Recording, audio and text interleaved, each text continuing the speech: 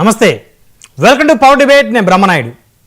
ఎట్టకేలకు మాజీ ముఖ్యమంత్రి వైకాపా అధినేత ప్రస్తుత పులివెందుల శాసనసభ్యులు వైఎస్ జగన్మోహన్ రెడ్డి గారు సిబిఐ కోర్టుకు హాజరయ్యారు. దాదాపు 6 సంవత్సరాల తర్వాత మళ్ళీ ఆయన కోర్టు మెట్లెక్కారు. అయితే ఆదాయానికి మించి ఆస్తులు ఉన్నాయనేటువంటి కేసులో జగన్మోహన్ రెడ్డి గారు మే 27, 2012 అరెస్ట్ అయ్యారు.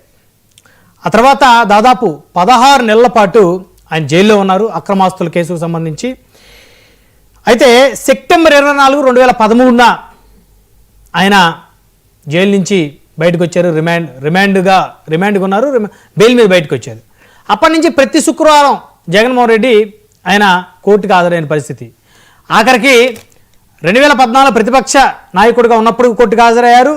2017 పాదయాత్ర ప్రారంభించినప్పటికీ పాదయాత్ర చేస్తూ ప్రతి శుక్రవారం రోజు ఆయన కోర్టుకు హాజరయ్యారు.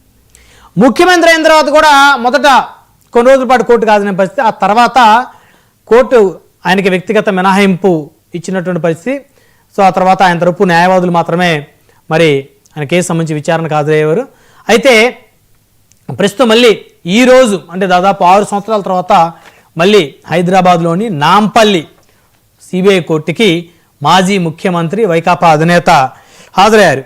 అయితే ఆయన హాజరుకు సంబంధించి చూస్తే 30 నిమిషాల పాటు ఆయన కోర్టులో ఉన్నారు. 30 నుంచి 35 నిమిషాల పాటు. అదేవిధంగా ఈరోజు పెద్ద ఎత్తున భారీగా పోలీస్ బందోబస్తు జగన్మోహన్ రెడ్డి కోర్టుకు హాజరయ్యే క్రమంలో కనిపించింది. ఆయన బేగంపేట ఎయిర్పోర్ట్ దిగిన దగ్గర నుంచి కూడా నాంపల్లి కోర్టుకు వెళ్ళేంత వరకు కూడా వేలాది మంది జగన్మోహన్ రెడ్డి వెంట నడిచారు. అయితే ఈరోజు కూడా ఒక ఆసక్తికరమైనటువంటి సన్నివేశం చూడవచ్చు.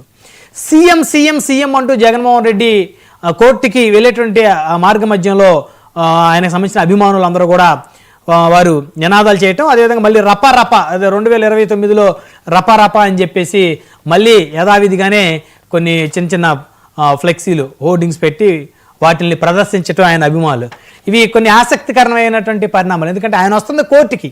ఈ ఆంధ్రప్రదేశ్ కాదు, తెలంగాణలో వైఎస్ఆర్ కాంగ్రెస్ పార్టీ పూర్తిగా పార్టీని పోటీ చేసే కార్యక్రమాన్ని వారు పూర్తిగా విరమించుకున్నారు. తెలంగాణలో వైఎస్ఆర్ కాంగ్రెస్ పార్టీ లేదు, వైకాపా కేవలం ఆంధ్రప్రదేశ్కే పరిమితమైనటువంటి పార్టీ. అయితే హైదరాబాద్ తెలంగాణ రాష్ట్రానికి సంబంధించి రాజధాని. మరి గతంలో ఉమ్మడి ఆంధ్రప్రదేశ్లో హైదరాబాద్ రాజధాని అయినప్పటికీ కూడా ఇప్పుడు ప్రస్తుతం కేవలం తెలంగాణకు మాత్రమే రాజధాని హైదరాబాద్ నగరం.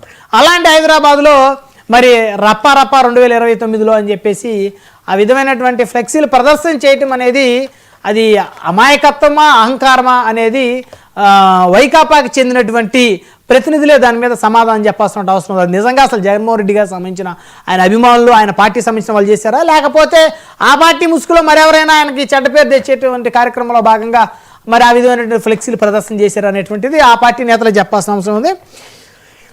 ఇకపోతే అసలు విదేశీ పర్యటనలో జగన్ బెయిల్ షరతులు ఉల్లంఘించారని చెప్పేసి సిబిఐ అంటుంది. జగన్ కేసు అసలు ఇంకెన్ని సంవత్సరాలు పడుతుంది, మళ్ళీ ప్రతి శుక్రవారం జగన్ కోర్టుకు హాజరయ్యేటువంటి పరిస్థితులు ఏ మేరకు ఉన్నాయనే అంశాలు చర్చిద్దాం.